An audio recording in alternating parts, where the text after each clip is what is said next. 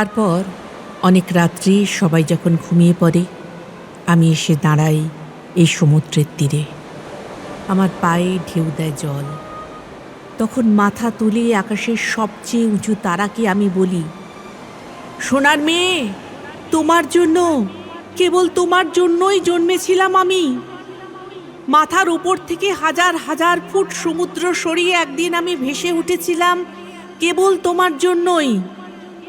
আমি বলি সবচেয়ে উঁচু তারাকে, আমি বলি, আমি প্রথম, আমার আগে আর কোনো প্রাণ আসেনি এই পৃথিবীতে।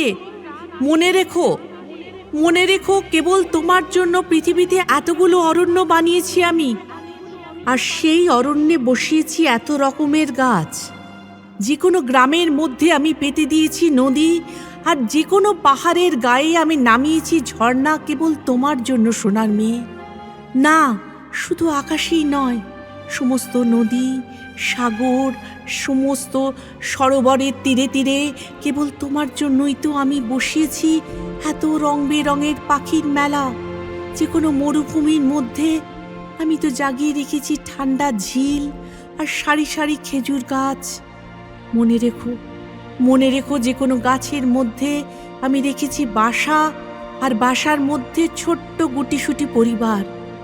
যে কোনো তাণ্ডবের শেষে আমি রেখেছি গ্রাম, আর গ্রামের মধ্যে অজস্র কুটির। যে কোনো পথের মধ্যে জলসত্র আর সরাইখানা রেখেছি আমি। যে কোনো পথের শেষে রেখেছি গন্তব্য আশ্রয়। আমি বলি আকাশের সবচেয়ে উঁচু তারাকে, এরপর আমি বলি, আর আমারে কি একখানা ঘর থাকবে না? সারাদিন পর তবে কোথায় ফিরবো আমি?